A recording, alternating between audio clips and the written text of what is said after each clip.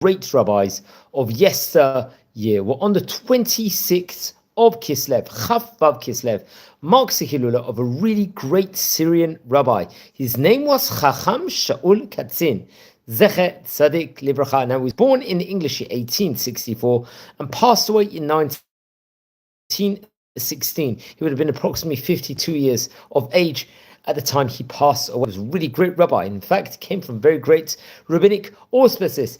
His father's name was Rabbi Abraham Katzin, very great rabbi in himself, and he was born in the year 1864 in Aram Tsova, naturally in Chalab, Aleppo, in Syria. At that point in time, there was a very great Torah and Jewish community in Syria. He would learn Torah while he was young under the great rabbis of Aram Tsova, and become proficient within regards to Torah, within regards to Talmud, the encompassment of the Gemara, Jewish law, halacha, and Kabbalah. Very interesting stuff. I think, come what the English year, 1882, he would have been about 18 years of age, approximately at that point in time.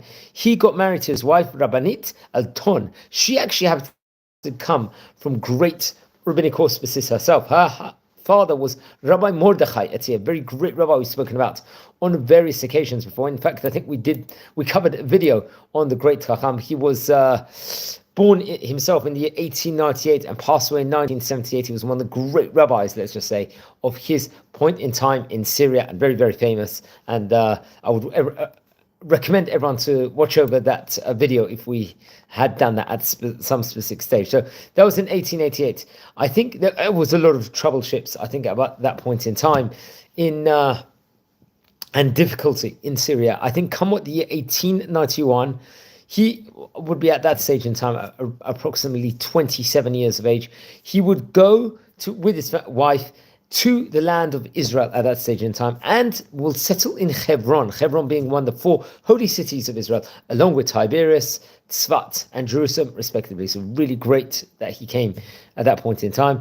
And over there, he would be there for several years, I believe, and he would learn with a great rabbi at the time, Rabbi Eliyahu Mani, another great rabbi, one of the great rabbis of Hebron, who we've mentioned about on various occasions before inside this series. Now, I think in the year 1895, at that stage, he would have been about 31 years of age, approximately. He would go to live in Jerusalem, I think outside the walls vicinities, and he would be in interesting enough, the Beit Israel neighborhood, which is actually quite next to the Bukharian neighborhood over there at that stage in time. And a lot of people at that stage in time were coming from Uzbekistan and Bukhara especially to actually live there. And over there, he would have many of his children will be born, including 3 of his sons became great rabbis: Chacham Yaakov, Chacham Avram, and Chacham Shlomo. It's actually interesting. He would actually be himself the Shliach ציבור inside the Knesset, the cantor, the prayers. I think the synagogue was called Rexovoth Hanahar, and he would actually, I think, correspond a lot and work a lot with the famous rabbi who we've mentioned about, Rabbi Shaul Kassin Z'tl, if I'm not mistaken. He happens to be another one of the great rabbis, great Syrian rabbis of his specific day, who we've mentioned about on various occasions before. So he was this Rexovoth Hanahar synagogue was a very famous synagogue in of itself, and he would much of his time would spend inside the synagogue in itself, the Bukhari neighborhood. Let's just say mitchazek many of the people that were living there, and really strengthen the Jewish community in of itself. He would learn Torah, and he would give various different Torah drashot out, great sermons in of itself. He would also perform, let's just say, songs in the times of the weddings in order to, let's say, gladden the Chatan and Kala, the bride and groom in of itself. And he would learn inside a famous yeshiva, Yeshivat Bet El, which was, let's just say, probably the greatest Kabbalist yeshiva, especially at that point in time, with many of the great rabbis from Jerusalem, especially the rabbis from Aleppo, would actually learn there for years. Unfortunately, I think towards the end of his life, it happened to be the First World War, and that took a huge effect across the whole of the world, not just the Jewish population, among all the population. And it was very, very tough and troublesome times at that point in time. It was hard points in time, and especially the Jerusalem Jewish community suffered from poverty and lived in very tough conditions. Unfortunately, there were plagues coming about at that point in time and illnesses.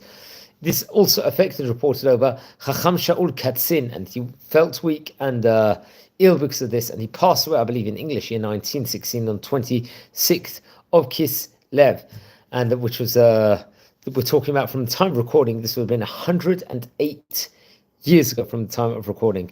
He wrote various different books, I think, and especially compiling off his great drashot, sermons, and shuvot on, let's just say, various different Torah laws in himself, and chidushim, and teachings within, and novelties on the Talmud, also songs, piyutim, sugulot, and v'dinim.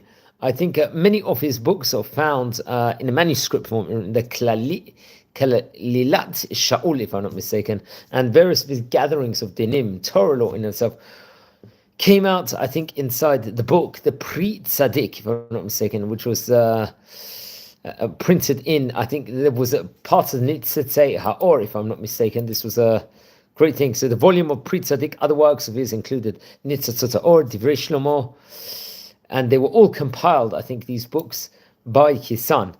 Very interesting. There was also the Ketzinei Aretz, I think, and very much great books out there, which I recommend everyone to look into and try and learn. So friends, he passed away in 1916. It's his Hilula here on the 26th of Kislev. Don't forget to light candles in his memory. If you happen to be related to any of these great rabbis, please send me an email. I would love to hear more. Please subscribe to the channel. And we've covered about 550 great Chachamim of yesteryear. And wishing you all well. Take care and happy Hanukkah, because Hanukkah is coming only in a couple of days' time.